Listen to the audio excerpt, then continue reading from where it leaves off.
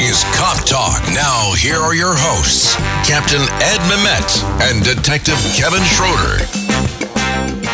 Hello, everyone, and welcome to another episode of Cop Talk. I'm Kevin Schroeder, your host. And my co-host, the Captain Ed Mamet, unfortunately is not here today. I think he's still trying to collect funds to run for New York City mayor. So he'll be back next week. But until then, we have a great show for you today. Today, we're very fortunate to have Penny Lancaster. Penny Lancaster is not only the author, also a model, supermodel, and happens to be the wife of Rod Stewart, the rock star. She's also a police officer, as we say, on the job. She's on the job in the UK. She's in London, England, and she's here to discuss basically how it works on the job in the UK. Penny, welcome. Thank you very much. It's a pleasure to be here. So happy you're here. If you don't mind, could you tell our audience a little bit about your background, where you grew up? And Sure. Well, yes, as you say, I'm from London, from a county called Essex.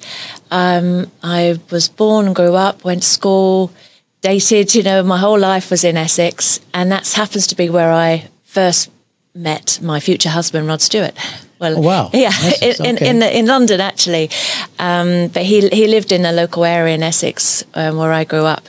So that was some 25 years ago now. Wow. And you have two children?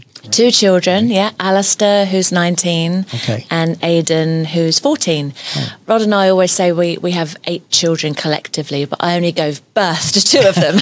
Gotcha, 2 of them. So, Penny, what inspired you to become a police officer? Well, I was given the opportunity. I work a lot in TV. There's a show in London called Loose Women. It's very similar to The View, I believe, that you have here, a panel of women discussing all sorts of topics. And through some of my TV work, I was given the chance to work with Cambridgeshire Police Constabulary. So I thought, why not? What an exciting experience it was going to be for sort of household names. They called it Famous and Fighting Crime. And we spent 3 weeks sort of entrenched working with regular police officers as well as special constables. So special constables are volunteers, so they don't get paid, but they have the same powers as a regular police officer. There's also another role in policing called PCSOs. They are police community service officers. So although they do a great job in assisting some of the police work, they get paid, but they do not have the same powers as I do as a special constable. And through that TV show, I got to work alongside with both regulars and specials. And I realized that through working with them, the specials said they have 9-to-5 jobs, but in their spare time, they volunteer to help the police force. And so I started thinking during that 3 weeks, loved every minute of it. And I thought, is this possible for me? Am I going to be able to squeeze that in with all the travel that I do, my other work and family commitments? But you have to commit to 200 hours a year, which works out about 1 duty a week. Okay. And I signed up and I did the 8 weeks training, and you have to do refreshers every year. So when you did the police training, yeah, how long is that? Is that a 6-month process? It was 8 weeks actually. 8 weeks, okay. Yeah. But it was pretty intense. And as I said, we have to do a refresher course every year of the PCS, the personal safety training, as well as first aid. And it's based on a lot of scenario-based training. So they'll put you in situations where you might commonly be expected to perform your duty. So could you give us one of those situations in the academy? Well, first of all, I signed up, and not with the Metropolitan Police, but I'm with the City of London Police. Okay. So it's just a square mile in the financial district of London. We wear slightly different uniforms. The Met would be just black and white, and the city is distinguished with their red and white. Okay. So we get opportunities to do really amazing roles, working on the Lord Mayor's show. that happens once a year, the London Marathon, and then on some of the bigger state events, like sadly the funeral of Queen Elizabeth, Her Majesty the Queen, when she passed away, and then more excitingly for the coronation of King Charles. So we get involved in a lot of things, as well as the regular foot patrol duties, which I mostly perform, and that involves the square mile as well as all the bridges in London that cross the Thames River. So basically, you're on foot patrol? Yes, pretty foot much. Patrol. Tell us about your first day on patrol. Your first day right out of the academy. Yes, first day was really nerve-wracking. Even going into the changing rooms to my locker and changing into the uniform, it was really quite bizarre. I had to keep pinching myself. Is this really me? You know, I took the pledge and I got my badge 4 years ago in April 2001. And you know, do they have badge numbers?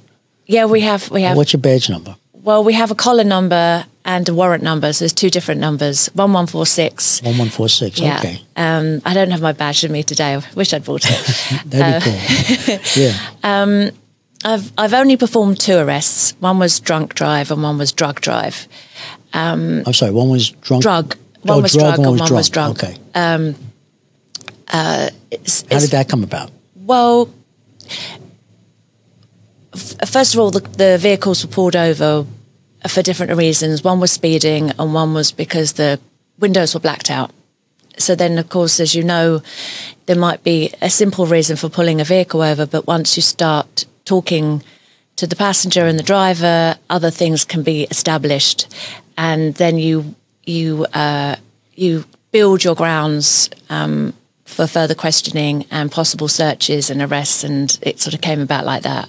But a lot of the time, I think when people ask me questions about, regular civilians ask about my policing role, I think they think you're chasing baddies all day long. But actually, I find being on the front line and being on foot patrol, you're dealing with a lot of victims firsthand that come up to you and with concerns. So it was during lockdown, my first experiences on foot patrol. So we were stationed a lot of the time to go to the bridges where sadly people were attempting to commit suicide. And there was one chap that came up to us and said that he had suicidal thoughts. He was a young boy, only 19, carrying rosary beads. So I really felt like I brought my other skill sets of just being a mother and having that compassion and empathy to the job role, and immediately introduced myself as Penny, not just as a police officer, just that human contact, and encouraged him to leave the bridge. And then we were able to sit down, and we have our triage nurse who is on duty at the station. She came out and joined me, and then we were able to have a conversation. And after about an hour, we were satisfied that he was okay to go home, and I kept contact with him. So it's different scenarios like that. You know, another woman, she came running up to me crying that a man was following her, and she felt he was stalking her because it was over a period of time, 4 or 5 occasions. She found this man following her. So we followed up on those leads using CCTV, and so I think for me, when I was younger, I experienced sexual violence, and those predators never came to justice. So I always feel that maybe that's why I ended up in policing, to kind of, you know, look after women on the street, and particularly because violence against women is obviously one of those calls to duty that is very prevalent at the moment. What do you find is the most rewarding about being a police officer? Well, I think through the TV show and working side by side with the other officers, when I asked them what it was that drew them to the job, it sounds corny, but they said they felt like they make a difference. And Rod and I were both involved in a lot of charity work, but I never felt it was tangible enough.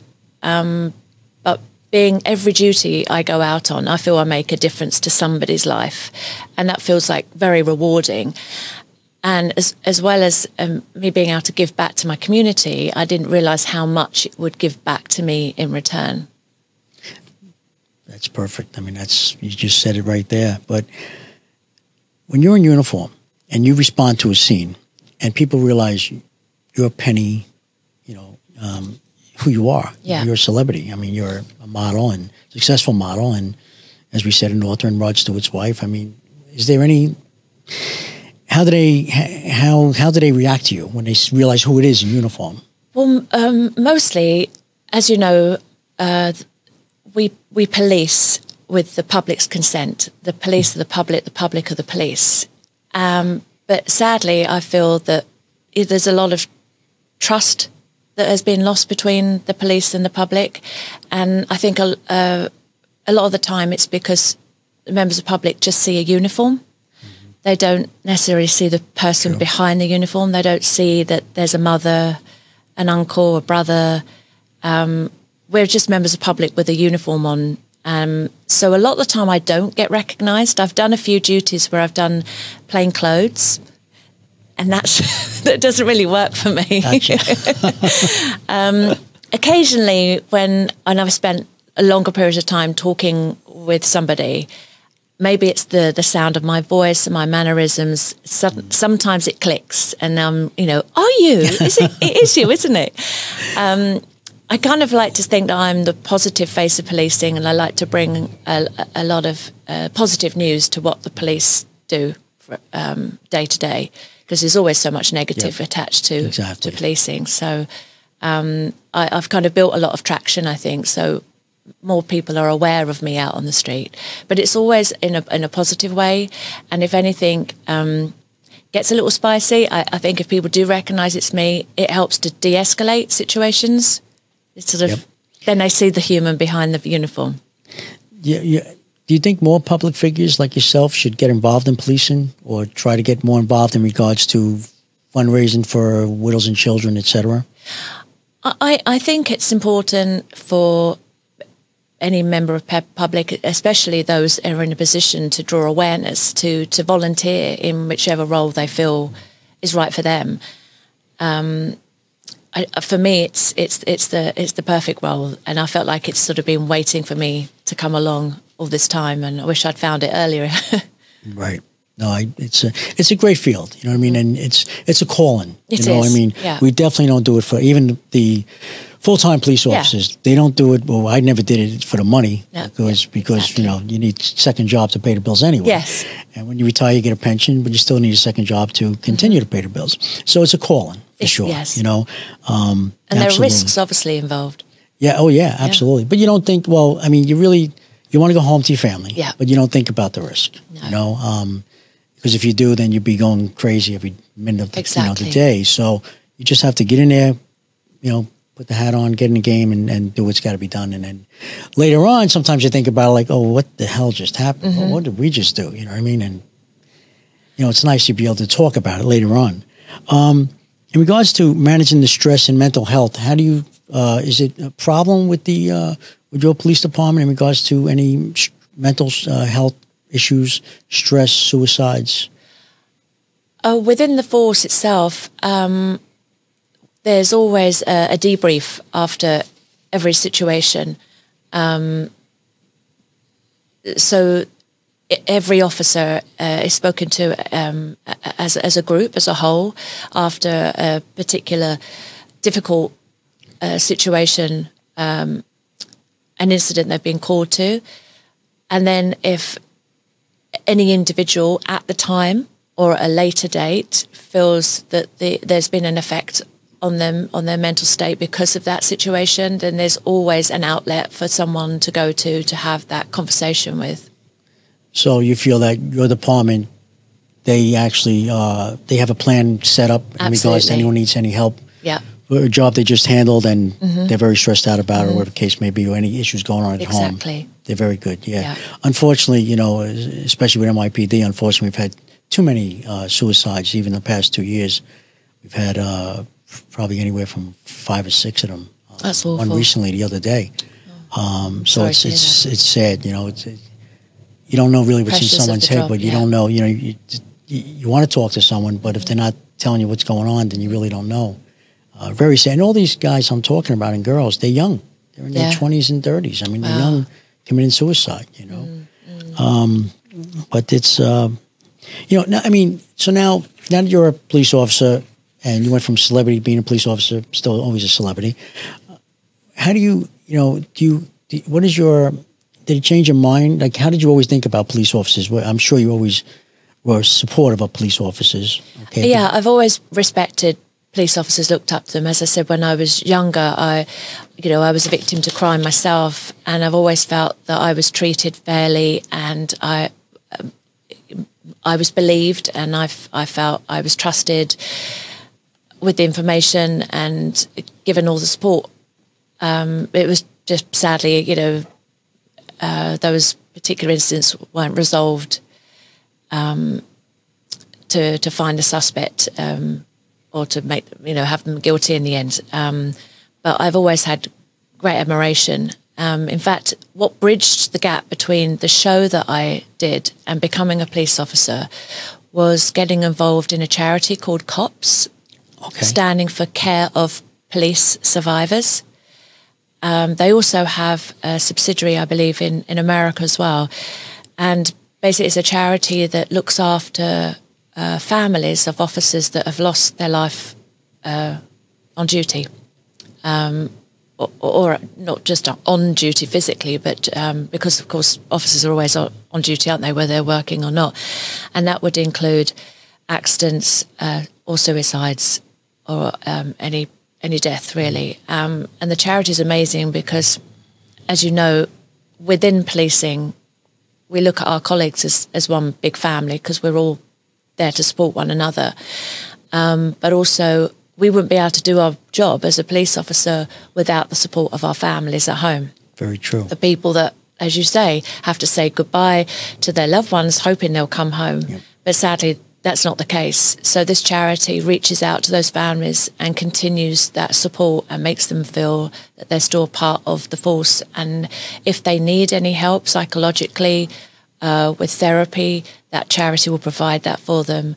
And something as simple as when the children get to an age where they might be doing their driving lessons and their parent that was the officer would have normally have paid for those driving lessons, then the charity would do that. It would just sort of step in and be a reminder that they've not been forgotten.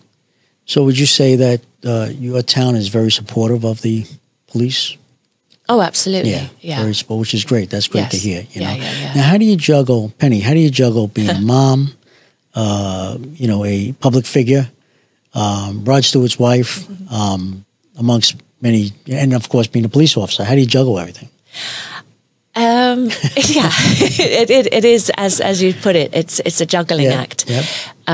But you know, and there are 8 children, so ranging from 45 down to 14, and now we have grandchildren as well. And Roger celebrated his 80th birthday, and we got everybody together on a boat holiday to celebrate. And so it's just having good organisation skills, thinking of all the logistics and pleasing everybody.